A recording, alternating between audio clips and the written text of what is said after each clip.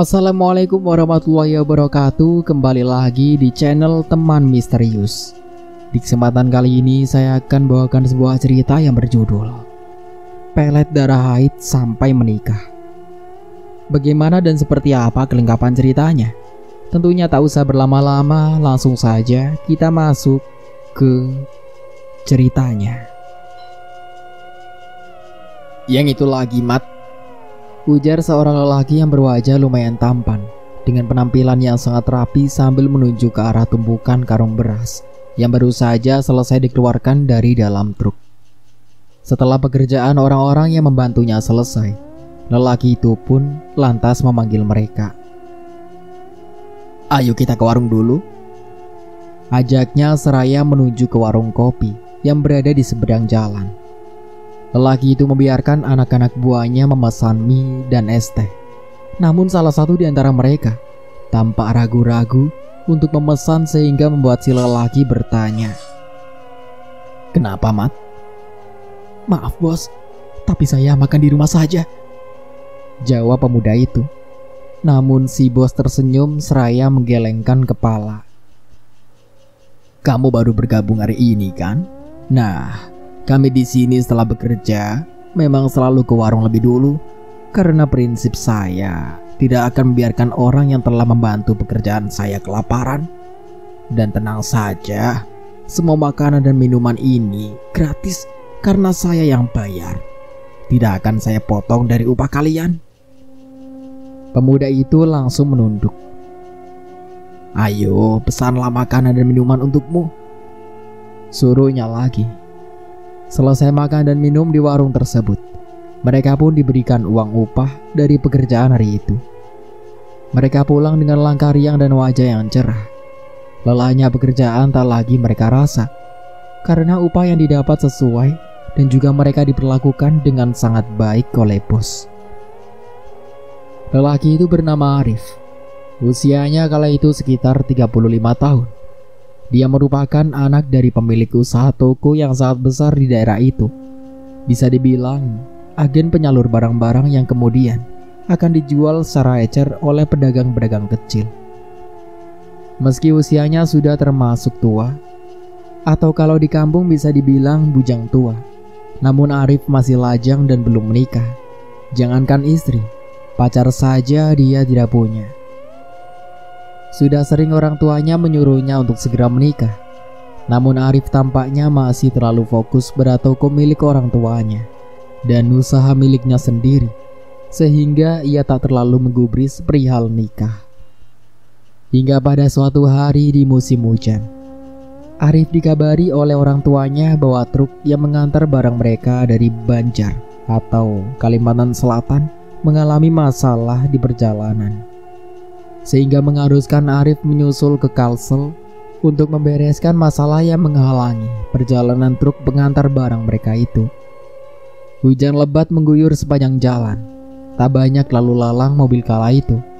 Mungkin karena cuaca sedang ekstrim dan juga jalanan yang meliuk-liuk serta tanjakan dan turunan yang begitu menantang, tentu membuat sebagian orang enggan mengambil resiko tinggi. Kecuali memang ada urusan yang sangat penting yang mengharuskan mereka keluar daerah dengan cuaca buruk seperti itu. "Pelan-pelan saja, Rif. Jangan ugal-ugalan di jalan seperti ular kena pukul ini. Lagi pula aku masih ingin hidup, Rif," ujar Faisal setengah membentak. "Iya, pelan-pelan saja. Kalau ingin mundur sampai masuk jurang sana. Karena ini kan tanjakan. Lalu kau kira aku ingin mati?" balas Arif, membentak sepupunya itu yang seketika langsung ciut. Hujan mereda begitu mereka sudah hampir memasuki perbatasan antara Kalteng dan Kalsel. Mobil singgah di halaman parkir sebuah warung makan yang terlihat sepi. Sementara di seberang jalan juga terlihat warung makan dengan pengunjung yang ramai sekali. "Kau masuk duluan. Aku ingin menelpon bos besar dulu," ujar Arif sambil tersenyum. Saat Arif masuk ke dalam warung setelah menelpon orang tuanya, terlihat Faisal sedang asyik menikmati makanannya dengan lahap. "Wah, Banyak sekali kau pesan ya. Tegur Arif dengan ekspresi wajah tak percaya. Ya tentu saja. Ini saja tidak cukup sebagai kompensasi atas nyawaku yang hampir lepas dari badan akibat di perjalanan tadi. Sungut Faisal. Dasar. Gerutu Arif sambil menggelengkan kepalanya. Sesampainya di daerah di mana truk barang mereka berada, Arif dan Faisal lantas langsung turun dari mobil dan menghampiri si sopir truk. Ada apa ini, Pak? Tanya Arif sesaat setelah bertatap muka dengan sopir truk itu. Mereka menahan truk ini. Siapa? Si sopir tampak takut-takut menjawab pertanyaan Arif tersebut. Tapi karena terus didesak oleh Arif, akhirnya ia pun jujur. Mereka siapa? Polisi? Segera si sopir menggelengkan kepalanya. Bukan bos, mereka preman. Memang sudah biasa meminta jatah pada sopir. Arif menarik napas panjang. Kalau begitu, kenapa tidak dilaporkan saja ke polisi, biar mereka jera? Saya tidak berani mengambil resiko, bos, karena saya sering lewat jalan sini. Arif menggeleng. Wajahnya tampak geram mendengar cerita sopir truk itu. Berapa yang mereka minta? Tanya Arif kemudian. 10. Apa? Itu sih bukan jatah namanya, tapi pemerasan. Jangan mau, Rif. Langsung laporkan saja ke polisi. Ujar Faisal emosi begitu mendengar jumlah yang diminta oleh preman yang menahan truk mereka. Suasana semakin tidak nyaman begitu ketua dari preman itu datang untuk bernegosiasi dengan Arif. Namun dengan santai Arif mencoba untuk berbicara baik-baik pada orang tersebut. Sementara Faisal tanpa merengut melihat lelaki dengan wajah sangar yang hanya memakai kaos putih yang sedang duduk bersama Arif tersebut. Tidak berapa lama, seorang datang ke sana dan langsung berjabat tangan dengan Arif. Mereka terlihat sangat akrab. Lalu tidak lama kemudian truk yang mengantar barang milik keluarga Arif itu pun diperbolehkan lewat tanpa membayar uang sedikit pun. Siapa orang itu tadi, Rif? Sepertinya preman yang bicara denganmu tadi takut padanya. Ujar Faisal. Dia kenalanku. Orangnya sangat dihormati di daerah ini. Mendengar jawaban Arif, Faisal hanya manggut-manggut. Setelah masalah itu selesai, Arif dan Faisal tidak langsung pulang. Mereka lebih dulu berjalan-jalan menikmati suasana salah satu kota yang berada di Kalimantan Selatan. Dan saat mereka sedang makan di warung pinggir jalan, tiba-tiba ada seorang yang menghampiri mereka. Arif! Sapa lelaki itu. Jainal? Ujar Arif menyebut nama orang itu yang ternyata adalah salah satu temannya semasa bersekolah dulu. Obrolan berlangsung dengan hangat, sesekali diselingi tawa keduanya. Sementara Faisal hanya melongo mendengarkan obrolan mereka yang menurutnya tidak seru. Kak, panggil seorang wanita pada Jainal. Astaga, saking asiknya ngobrol, aku lupa kalau adikku sedang menunggu di sana. Ujar Jainal tertawa. Faisal menoleh ke arah perempuan itu. Wajahnya memiliki tanda Brahma hampir di seluruh wajah. Bahkan tanda Brahma itu sampai ke bagian putih matanya, yang menjadikan putih matanya berwarna merah. Ia langsung menutupi wajahnya ketika Faisal menatapnya. Kau tidur di mana, Rif?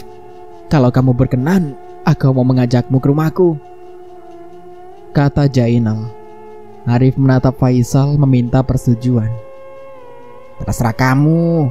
Kalau aku sih mau balik ke penginapan. Akhirnya karena mendengar jawaban Faisal, Arif pun menolak halus ajakan Jainal. Bagi kontakmu ya, Arif. Siapa tahu nanti kalau kau kesini lagi bisa mampir ke rumahku. Sebulan berlalu. Saat itu Arif sedang menikmati kopinya di kursi depan rumah. Sementara Faisal tampak sedang mencuci motornya sambil sesekali bernyanyi. "Ah, dia lagi," ujar Arif mengagetkan Faisal. "Adiknya temanmu itu ya?" tanya Faisal yang memang sudah biasa mendengar keluhan Arif tentang adik perempuan Jenal yang terus saja mengirimkan pesan ataupun menelpon di jam-jam sibuk ataupun di malam hari, membuat Arif kesal dan emosi. "Ya, siapa lagi? Menyesal aku berikan nomorku ke Jainal. Kalau tahu akan begini, tak akan kuberikan nomorku." "Ganti saja nomormu, Rif." "Tidak bisa. Orang-orang hanya tahu nomorku yang ini. Kalau kartunya aku ganti, akan sangat merepotkanku menghubungi satu persatu kontakku yang bahkan hampir ratusan ini." Faisal mengangkat baunya lalu kembali melanjutkan pekerjaannya sambil bernyanyi. "Halo, maaf, jangan telepon ke sini lagi. Aku sedang sibuk," ujar Arif terdengar ramah dengan orang di seberang telepon itu. "Kau mau kemana, Sal?" tanya Arif di suatu hari pada Faisal yang terlihat sudah bersiap-siap berangkat dengan membawa tas. "Aku mendapatkan panggilan kerja, jadi aku berangkat hari ini. Padahal semalam aku sudah bilang waktu makan itu. Kau tak ingat kah?" jawab Faisal. Iya, aku lupa. Aku pusing dengan perempuan itu. Tak mengertikah atau memang agak-agak kurang waras. Padahal sudah aku bilang jangan menghubungi nomorku lagi, tapi tetap saja dia hubungi," gerutu Arif. "Dia itu menyukaimu, Rif. Terima sajalah. Toh orang tuamu kan juga sedang mencari menantu," ujar Faisal. "Aku belum kepikiran untuk menikah, apalagi dengan perempuan yang sama sekali tidak kusuka. Makanya aku benci berjodohan." Faisal tertawa. "Jaga kesehatan, aku berangkat ya," pamit Faisal sebelum pergi. Seminggu kemudian, Arif kembali diharuskan untuk ke Kalsel lagi. Saat hampir mendekati perbatasan Kalteng sampai Kalsel, telepon genggam milik Arif tiba-tiba berdering. Dan ketika ia hendak mengangkatnya lagi, telepon genggam itu terjatuh. Mengira yang menelpon adalah salah satu kontak penting. Tanpa pikir panjang, Arif langsung berusaha mengambil telepon genggamnya. Namun secara tiba-tiba, saat telepon sudah didapatnya, ia melihat seorang melintas di depan jalan. Andai rem mobilnya pada saat itu blong, sudah pasti ia akan mengalami kecelakaan tunggal di sana. Dengan dada berdebar, Arif keluar dari mobilnya. Ia melihat ke sekitar, namun hanya kegelapan yang ia lihat. Sama sekali tidak ada rumah atau tempat apapun di sana. Menyadari bahwa yang baru saja ia lihat itu adalah sosok jin, Arif lantas masuk ke dalam mobilnya dan kembali melanjutkan perjalanan. Itu adalah pengalaman pertamanya. Memang kata orang kalau perjalanan jauh dilalui seorang diri, kadang-kadang ada sesuatu yang tidak diinginkan muncul. Sekitar beberapa saat kemudian, cahaya lampu dari rumah-rumah warga pun mulai terlihat. Arif menghela napas lega, dan begitu ia melihat ada warung yang masih buka, Arif langsung ke sana untuk sekedar mengistirahatkan tubuh dan matanya yang mulai mengantuk. "Kamu sendirian saja kah?" tanya bapak-bapak pemilik warung tersebut pada Arif ketika mengantarkan pesanan mie untuknya. "Iya, Mang."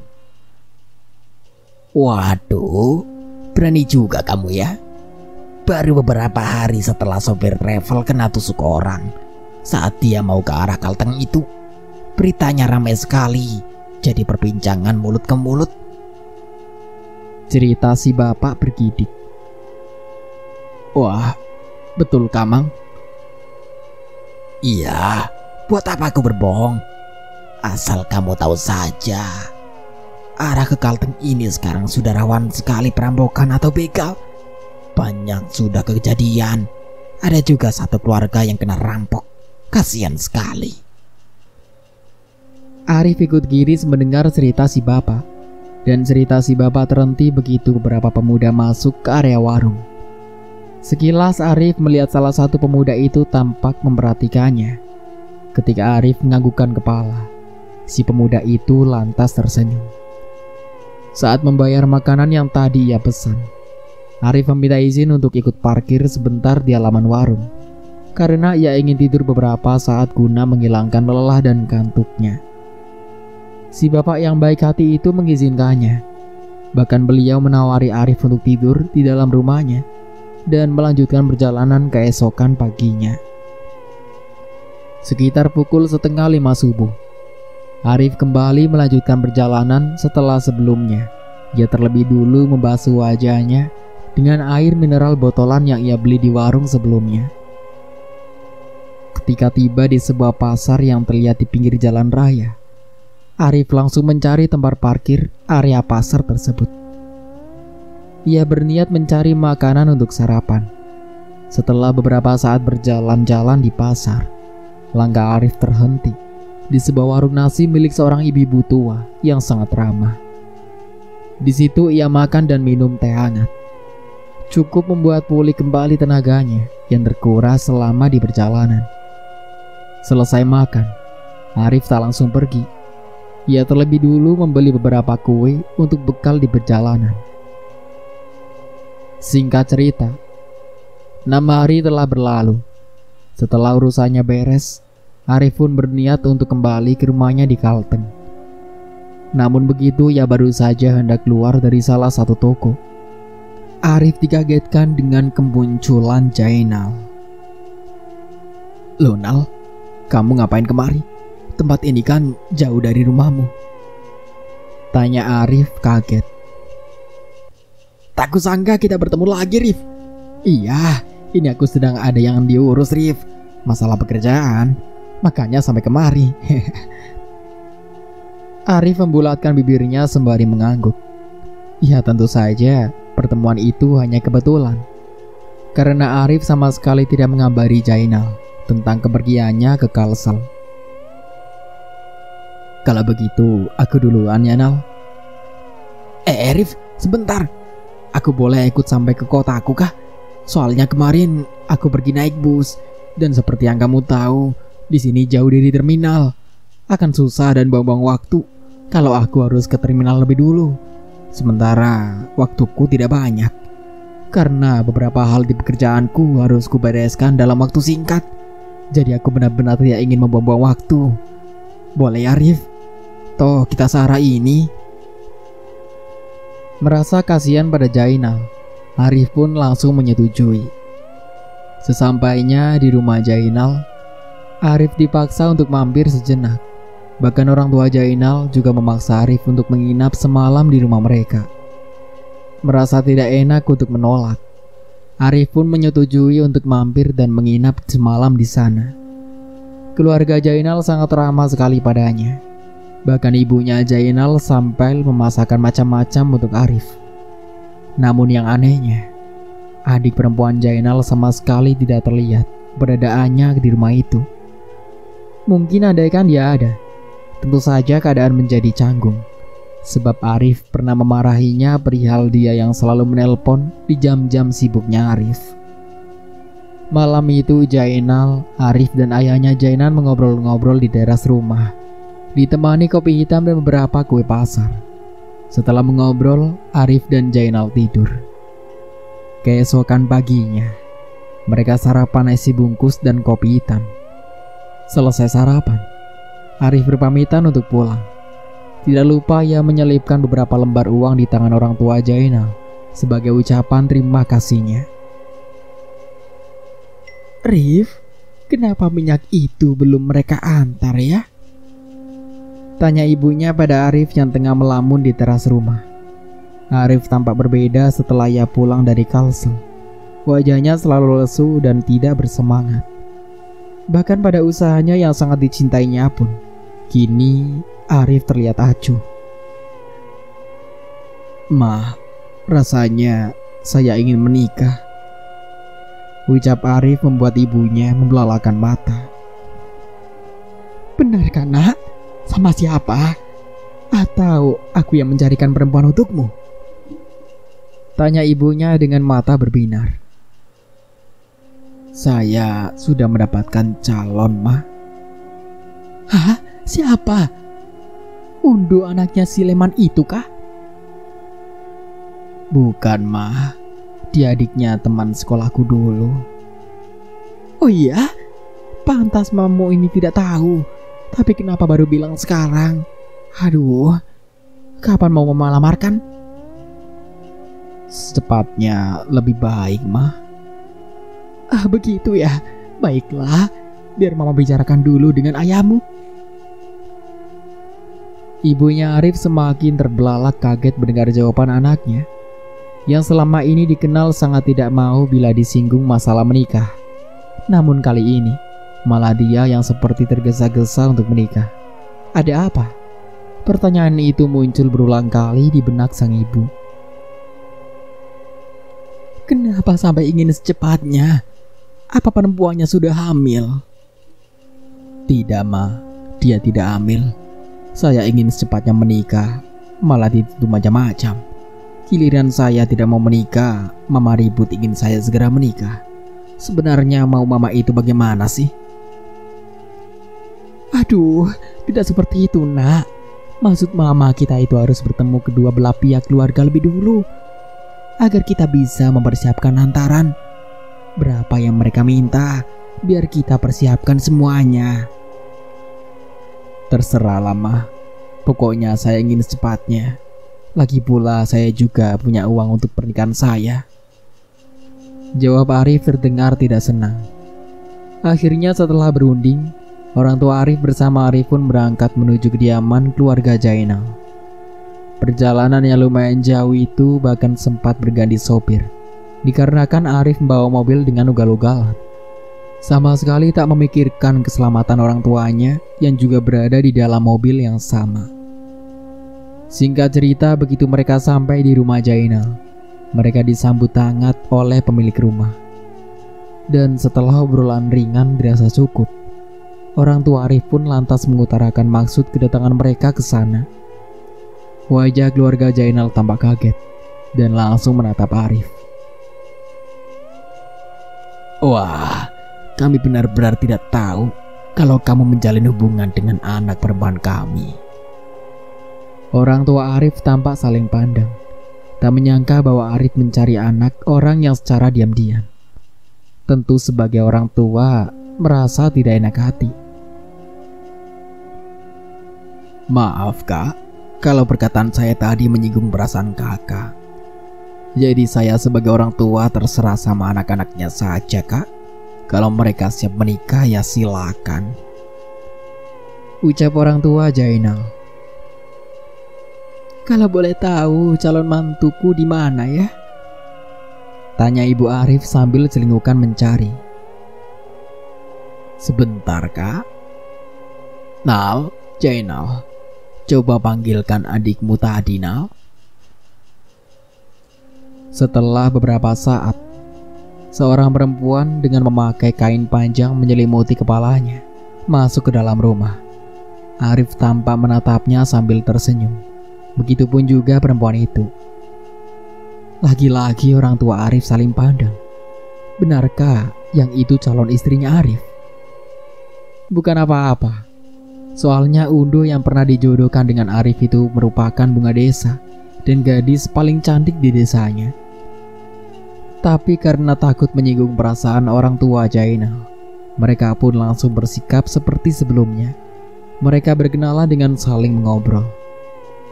Walaupun memiliki kekurangan, namun perempuan itu sangat sopan santun terhadap orang tua. Bahkan ibunya Arif langsung suka padanya. Uang jujuran yang diminta senilai 20 juta rupiah. Atau kala itu uang segitu lumayan besar, karena rata-rata uang jujuran di desa Arif hanya sekitar 5-10 juta saja pada masa itu. Belum lagi uang untuk barang-barang perlengkapan hantaran dan pesta resepsi pernikahan yang akan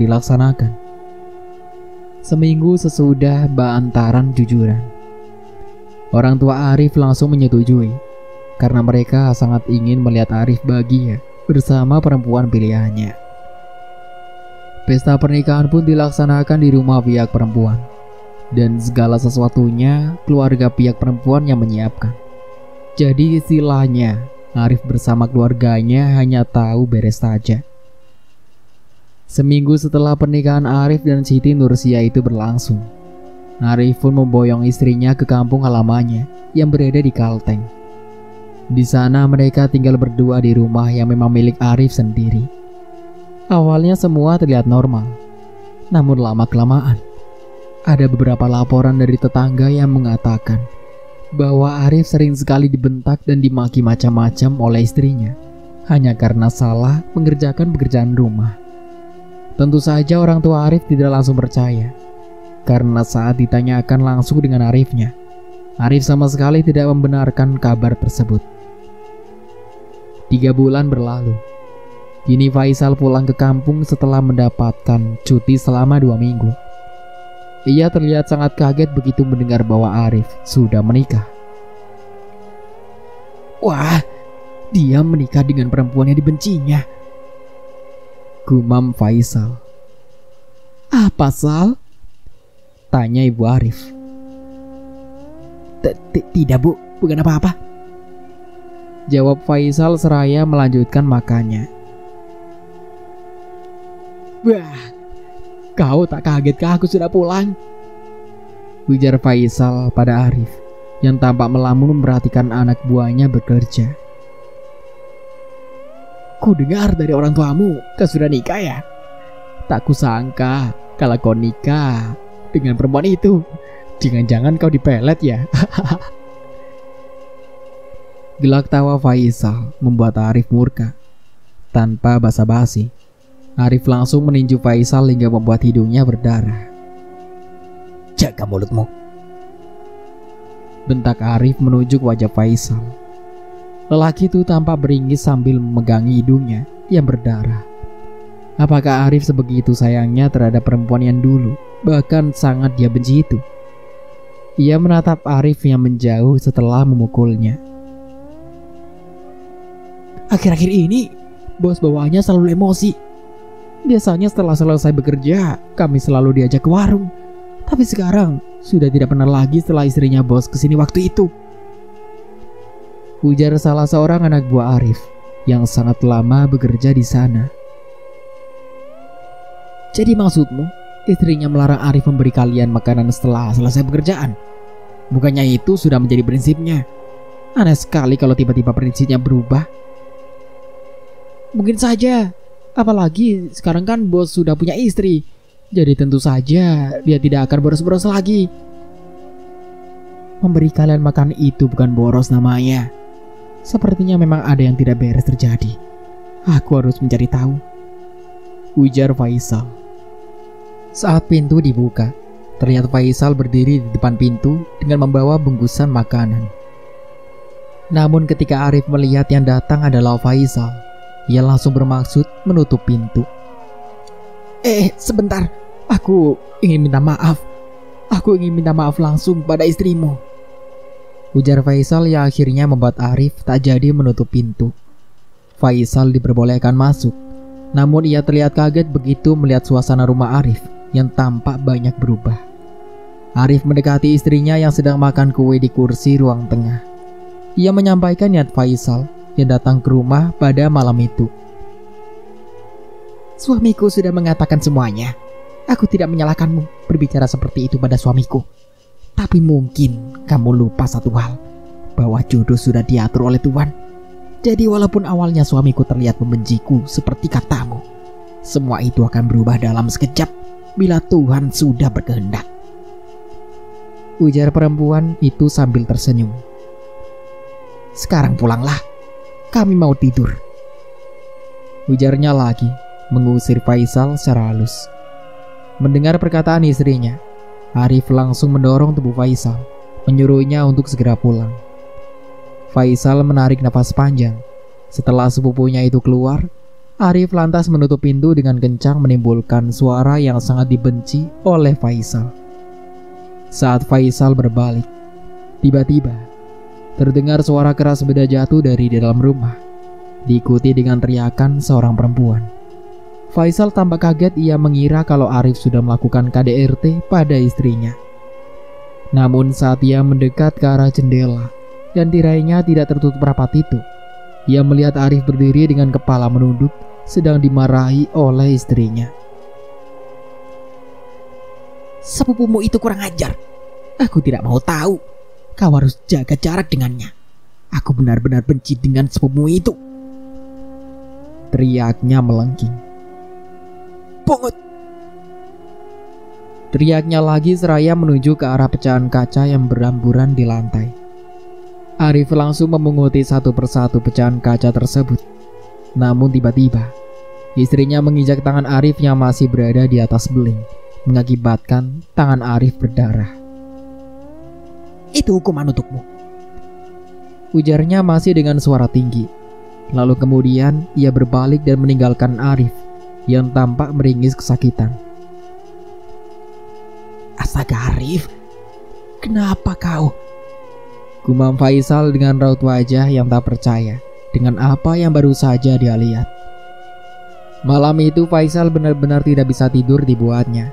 Pikirannya masih memikirkan apa yang terjadi pada Arif.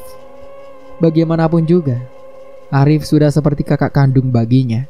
Dari kecil, saat kedua orang tuanya bercerai dan melantarkannya, disitulah ia mulai diasuh oleh orang tua Arif, disekolahkan dan diperlakukan layaknya anak dalam geroga itu. Tentu Faisal sudah hafal betul dengan sifat Arif, tapi Arif yang baru saja ia temui tadi seperti orang asing. Suara benda jatuh dari luar pintu kamarnya mengagetkan Faisal. Ketika ia membuka pintu, terlihat ibunya Arif sedang memungut pecahan gelas. Kenapa tante? Tanya Faisal seraya membantu. Tak tahu Sal, perasaanku tidak enak. Tante, Arif dan istrinya itu sering gak kesini. Setelah mereka pindah itu sudah tidak pernah kemari lagi. Arif ditelepon pun sekarang susah. Apa-apa selalu istrinya yang mengangkat. Aku saja terpaksa meminta tolong Tutung untuk mengurusi barang-barang yang datang. Tadi saya kan... Faisal terdiam. Ia tiba-tiba berubah pikiran saat akan menceritakan kejadian yang baru saja dia lihat di rumah Arif tadi. Tadi apa Sal? Saya tiba-tiba lupa tante, jawab Faisal tergagap. Ibunya Arif tampak menggerutkan alisnya. Tak biasanya Faisal begitu, pikirnya. Cerita saja nak, ada apa? Kamu butuh uang, berapa? Bukan itu tante, saya benar-benar lupa dengan apa yang ingin saya bicarakan tadi. Keesokan harinya, Faisal kembali ke toko. Ia sengaja mendekati Arif, namun ternyata Arif benar-benar menjauh darinya. Rif, tanganmu kenapa? Bukan urusanmu. Kalau tidak ada keperluan, lebih baik kau pergi. Rif, kita ini sepupu. Kalau kamu ada masalah, ayo cerita, biar kita selesaikan masalah itu bersama. Brak. Arif mendorong keras tubuh Faisal hingga jatuh ke tanah, membuat anak buah Arif yang sedang bekerja tercengang. Pergi. Rif, aku sepupumu Rif. Pergi. Aku tidak mau lagi melihatmu di sekitarku. Wajah Arif terlihat merah padam. Beberapa anak buahnya yang sedang beristirahat langsung menghampiri Faisal, lalu menariknya menjauh dari Arif yang marah. Dari kejauhan, terlihat mobil milik Arif datang ke toko. Rupanya yang datang adalah istri Arif dengan Rusli. Kedatangan perempuan itu tertenteng rantang dan tempat minum yang berisi kopi. Melihat istrinya datang, Arif langsung menghampiri dan mengambil rantang yang dipegang oleh istrinya. Mereka terlihat masuk ke dalam toko, sementara Rusli menunggu di luar toko sambil mengobrol dengan beberapa anak buah Arif. Sudah baikan kah? Batin Faisal. Yang biasa, Ujar salah satu anak buah Arif memesan makanan pada pemilik warung. Setiap harikah perempuan itu mengantar makanan? Jarang, sebulan paling 5 atau 6 kali. Biasanya bos makan di sini atau pulang ke rumah.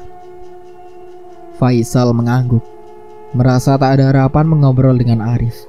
Ia pun pulang. Sial, tolong mintakan air tawar sakit gigi ke Abah Banyang. Gigi amangmu sakit katanya.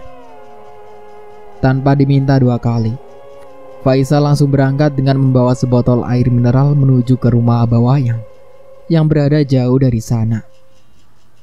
Lelaki berusia 50 tahunan yang dikenal dengan panggilan Abah Penyang itu pun langsung menaiki tangga rumahnya. Ia membuka pintu dan mempersilahkan Faisal untuk masuk. Tumben, kamu yang kemari. Biasanya saudaramu itu. Oh, Arif pernah kemari ya, Mang? Iya, sering dia kemari. Dia sudah menikah sekarang, Mang? Oh, begitu ya. Mang? Panggil Faisal ketika Abah Penyang sudah selesai mendoakan air untuk sakit gigi ayahnya Arif. Apa? Tanda-tanda orang kena pelet itu bagaimana, Mang? Tergantung dari ilmu pelet apa yang dia gunakan. Maksudnya setiap pelet itu berbeda-beda kah? Iya. Kalau perubahan sikapnya berubah drastis dari yang penuh perhatian ke orang sekitar, sekarang menjadi acuh bahkan cenderung kasar itu, kira-kira apa termasuk tanda kena pelet, Mang? Ya, bisa saja. Atau mungkin juga perubahannya itu disebabkan oleh masalah kehidupannya. Tidak, Mang. Saya kenal betul orang ini. Dia itu kalau ada masalah, jangankan sebesar gunung, sekecil debu saja dia cerita sama saya. Dia ini tipe orang yang penyayang dan peduli terhadap sekitar. Tapi setelah beristri, dia berubah jadi kasar. Bahkan belum lama ini saya lihat dengan mata kepala saya sendiri. Kalau dia itu dimarahi oleh istrinya, sampai tangannya itu diinjak di atas beling. Dia sama sekali tidak melawan, Mang. Saudaramu itu kah? Iya, Mang. Dan kalau memang dia kena pelet, saya ingin bantu dia, Mang, supaya dia bisa kembali seperti dulu. Dan bukannya saya menghina, Mang, tapi perempuan yang jadi istrinya sekarang ini mukanya biasa-biasa saja. Di bawah standar lah kalau untuk mempermainkan sepupu saya yang mukanya lumayan ganteng dan berduit itu. Mana sepupu saya ini sebelumnya itu benci sekali dengan istrinya ini, Bang. Oh iya, dia juga pernah dijodohkan sama perempuan sini yang kata orang buminya desa lah. Tapi nggak mau si Arifnya ini, Mang. Begitu ya. Kalau memang seperti itu, nah, ini nanti aku beri air, beri minum ke saudaramu itu. Kalau dia menolak atau tidak mau meminumnya, berarti dia memang kena pelet. Dan misal dia menolak, lalu apa yang harus saya lakukan? Karena posisinya sekarang ini, sepupu saya ini benci sama saya, Mang. Dia juga dilarang istrinya untuk bertemu saya. Kalau memang nanti dia menolak, maka kita harus pelan-pelan memaksanya. Memaksa minum air yang Amang kasih itu? Abah Penyang menggeleng. Bukan. Coba kamu berikan saja dulu nanti air itu. Kalau dia menolak, kau kasih tahu aku, biar aku yang memikirkan caranya. Sepulangnya dari rumah Abah Penyang, Faisal diam-diam menyimpan air di dalam botol tersebut di kamarnya. Ia tak ingin bila orang tua Arif mengetahui rencananya. Berjam-jam ia memikirkan cara, namun tak juga menemukan jalan keluar.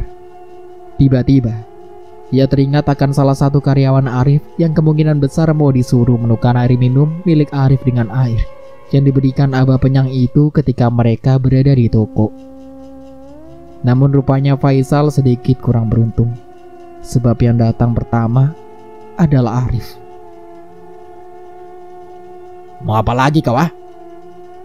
Bentak Arif begitu melihat Faisal. Aku sedang menunggu warung itu buka. Memangnya tak boleh kah? Arif tak menjawab, ia langsung membuka tokonya dan masuk ke dalam. Tak menghiraukan Faisal yang masih berada di luar. Tidak berapa lama kemudian, si karyawan yang ditunggu akhirnya datang juga. Faisal langsung menarik tangannya dan membawanya menjauh dari toko. Kamu mau uang? Iya tentu. Kalau begitu, kamu mau bekerja untukku? Wah, apakah ini persaingan keluarga? Kalau iya, aku tak mau mengkhianati bos. Bukan itu, tapi... Arif lalu membisikkan apa yang dia rencanakan. Nanti kalau ketahuan, aku pasti langsung diberhentikan. Namun setelah dibujuk, akhirnya si karyawan itu pun mau mengikuti rencana Faisal. Sementara itu Faisal menunggu di warung dengan perasaan cemas. Bagaimana? Tanya Faisal yang sedari tadi menunggu saat karyawan itu pulang. Sepertinya sama sekali tidak diminum, bos. Air itu dibiarkan saja, padahal sudah kutukar. Faisal menghela nafas panjang. Berarti benar dugaannya.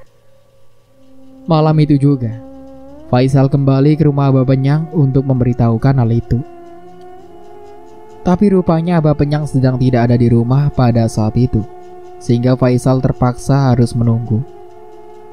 Sekitar pukul 9 malam, barulah Abah Penyang pulang. Ia terlihat kaget begitu melihat keberadaan Faisal di tangga rumahnya. Dia tidak mau minum air itu, Mang. Berarti dia memang kena pelet kan? Beliau tak mau menjawab dan langsung membereskan rengge yang berada di dalam luntungnya. Bagaimana, Mang? Mang! Sebentar, ini aku juga sedang memikirkan masalah itu. Ini susah kalau tidak langsung orangnya yang dibawa kemari. Setelah mendengar perkataan Abah Penyang, Faisal ikut berpikir keras, mencari cara agar Arif bisa dibawa ke sana tanpa istrinya. Orang tuanya sudah tahu? Belum, Mang. Lebih baik kamu kasih tahu mereka lebih dulu, biar kita bisa sepakat. Atau bertukar pikir bersama keluarganya. Faisal menghela nafas. Akankah orang tua Arif percaya? Bagaimana kalau tidak? Sulitnya. Mana waktuku tidak banyak. Gumamnya seraya mengacak-acak rambutnya. Sepulang dari rumah bapaknya, Faisal langsung tidur tanpa menyantap makan malamnya yang sudah disediakan oleh ibunya Arif. Dengan langkah hati-hati, Faisal mencari jalan masuk ke dalam rumah Arif melalui pintu atau jendela yang kemungkinan tidak dikunci, yang tentunya sudah untuk dibobol. Namun semua pintu dan jendela terkunci rapat. Tidak seperti yang diharapkan. Faisal kecewa. Tetapi di saat itulah dia teringat akan ventilasi di kamar mandi rumah itu yang lumayan besar. Faisal tersenyum senang.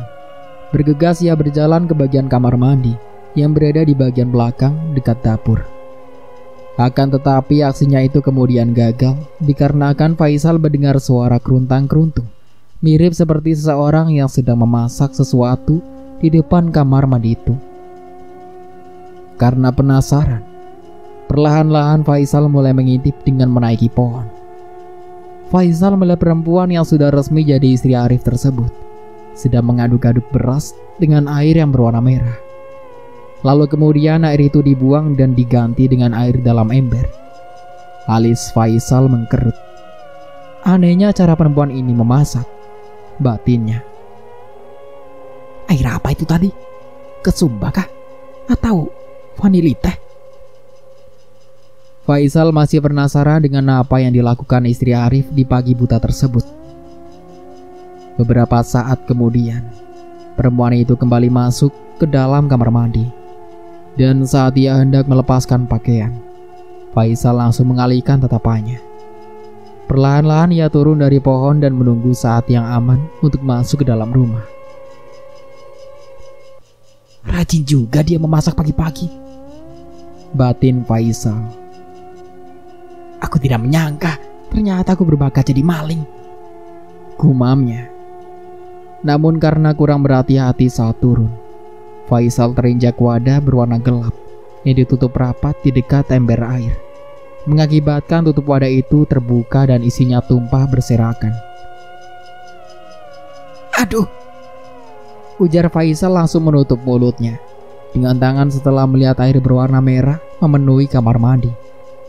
Dan di dekat kaki Faisal ada sebuah pembalut yang warnanya sudah memudar karena bekas direndam. Hampir saja ia muntah kalau tidak cepat-cepat keluar dari kamar mandi. Curiga dengan air berwarna merah yang digunakan istrinya Arif untuk membilas beras tadi, Faisal lantas membuka panci kecil yang seketika bau daun pandan menyengat tercium. Rasanya mual di perut tak lagi tertahankan. Sebelum semua isi perutnya keluar, Faisal langsung mengambil plastik bekas wadah belanjaan untuk mengantongi muntahnya. Suara derit pintu tiba-tiba terdengar, membuat mata Faisal melotot. Takut kalau perempuan itu bangun dan memergoki keberadaannya. Niatnya yang semula ingin membawa paksa Arif kini seketika berubah. Ia bergegas lari kembali ke kamar mandi untuk segera keluar melalui ventilasi. Faisal terus berlari tanpa menoleh ke belakang lagi. Gila, benar-benar gila, umpatnya. Selesai mandi dan berpakaian, Faisal lantas menghampiri kamar orang tua Arif. Di dalam tak terdengar adanya aktivitas, padahal jam sudah menunjukkan pukul 5 lewat. Ucu, Amang, panggil Faisal sambil terus mengetuk pintu. Kenapa, Sal? Tanya ayahnya Arif saat membuka pintu kamar. Faisal tak langsung menjawab. Ada yang ingin saya bicarakan sama Pian dan Ucu atau Tante. Apa itu, Sal? Sepertinya penting sekali ya, tanya ibunya Arif. Iya, Cu, ini sangat penting sekali. Ya sudah, kalau begitu, ayo kita bicara di sana. Faisal terlihat menarik napas panjang lebih dulu sebelum mulai ceritanya. Mang, Cu, jujur, saya merasa Arif banyak berubah setelah menikah dengan perempuan itu. Bahkan tidak lama ini dia memukul saya sampai berdarah. Dan saat saya ke rumah mereka, Faisal menceritakan tentang tangan Arif yang diinjak di atas beling oleh istrinya. Dan yang mengejutkan tadi, saat saya berhasil masuk ke dalam kamar mandi melalui ventilasi itu, saya tidak sengaja menginjak wadah yang membuat wadah itu berbalik dan penutupnya terbuka pecah. Air yang tumpah dari wadah tersebut berwarna merah, sama seperti warnanya seperti air yang digunakan istrinya Arif saat membilas beras. Dan yang mengejutkan lagi, bahkan saya sendiri tidak menyangka, ternyata air itu berasal dari rendaman pembalut milik istrinya Arif, Cu. Oh iya, kata anak buah Arif, istrinya Arif itu tidak rutin mengantar makanan ke toko. Dalam 1 bulan hanya 5-6 kali saja, seperti jadwalnya perempuan haid. Dan dengan perubahan Arif yang begitu drastis, saya yakin Arif sudah kena pelet perempuan itu. Pelet yang tidak baik. Astaga, serius kamu, Sal? Kamu gak lagi bohong kan? Tanya ibunya Arif. Setelah mereka bertiga berunding, akhirnya mereka menemukan cara untuk membawa Arif pulang ke rumah orang tuanya. Hari itu Faisal mengantar ayahnya Arif ke toko. Tampaknya Arif tak terlalu senang dengan kedatangan mereka. Nah, ibumu sakit keras. Dia sangat ingin kamu pulang menemuinya, pujuk sang ayah dengan wajah memelas. Saya tidak bisa. Saya harus izin istri dulu, jawab Arif pelan hampir tak terdengar. Mana istrimu? Biar aku yang izin padanya. Tidak bisa. Mendengar jawaban Arif yang sudah seperti orang bodoh itu, Faisal menjadi kesal. Tanpa basa-basi, ayahnya langsung membicarakan perihal ibunya Arif yang sakit dan ingin bertemu dengan Arif. Boleh, tapi saya ikut, ujar istrinya Arif. Iya, tentu. Lalu singkatnya berangkatlah mereka ke rumah orang tua Arif. Sakit apa emangnya, Mah? Tanya istrinya Arif seraya menempelkan punggung tangannya di dahi ibunya Arif. Sepertinya ibumu harus dibawa ke rumah Abah Penyang, Rif. Sakitnya benar-benar parah ini. Abah Penyang? Siapa? Tanya perempuan itu dengan alis mata mengkerut. Orang yang paham penyakit-penyakit seperti ini. Di dalam perjalanan, Arif hanya melamun dan terdiam layaknya patung. Wajahnya istrinya pun sama, terlihat masam dan tak suka. Sesampainya di rumah bapaknya, mereka membantu ibunya Arif menaiki tangga. Beliau terlihat kuat dan baik-baik saja saat menaiki tangga rumah tersebut. Namun begitu ditatap oleh bapaknya, ibunya Arif langsung menjatuhkan diri ke lantai sampai mengadu-adu kesakitan. Minuman itu diberikan kepada tamunya satu persatu. Namun oleh istrinya Arif, minuman milik Arif ia tukar dengan minuman miliknya. Boleh? Tanya Arif. Minumlah, jawab perempuan itu. Melihat Arif yang sedang tunduk dan patuh pada perkataan istrinya itu, Abah Penyang langsung menatap Faisal dan ayahnya Arif bergantian. Kita pulang ke rumah sekarang. Toh, ibumu juga sudah sembuh, ajak istrinya Arif. Kau pulang sajalah dulu. Aku masih ingin di sini, jawab Arif cuek. Pulang kataku. Arif memalingkan wajahnya, menatap perempuan itu dengan rasa kesal. Ku bilang tidak ya tidak. Kalau kau ingin pulang, silakan, bentak Arif kesal. Raut wajah perempuan itu seketika berubah. Ia terlihat sangat marah pada Arif. Pelak. Arif yang terlanjur emosi tak sengaja menampar wajah istrinya, yang membuat perempuan itu seketika mengamuk. Arif seketika muntah mendengar cerita Faisal. Sebenarnya, malam itu aku ingin masuk ke rumahmu secara diam-diam dan melumpuhkanmu supaya bisa kubawa dengan mudah. Waktu itu aku sudah bertekad ingin membawamu ke rumah Abah Penyang bagaimanapun caranya. Tapi setelah aku melihat itu, tekadku langsung buyar, cerita Faisal. Aku merasa takut dan jijik. Nyaliku langsung menciut, lanjut Faisal. Oh iya, lalu sekarang mau bagaimana itu istrimu? Aku ingin memulangkan dia baik-baik pada orang tuanya. Tapi keadaannya sekarang begitu, takutnya kamu malah disalahkan. Aku yakin kalau mereka sekeluarga itu bersekongkol untuk membuatmu menikahinya. Nah, lalu andaikan kamu pulangkan dia, kemudian malah kamu disantet bagaimana? Arif menghela nafas panjang. Yang dikatakan Faisal ada benarnya. Mereka bisa melakukan apa saja, bahkan hal yang jauh lebih gila dari pelet darah haid sekalipun. Apalagi mengingat keadaan perempuan itu sekarang. Setelah wanita atau istrinya Arif dipulangkan, dan tidak ada hal yang terjadi lagi pada Arif dan keluarganya.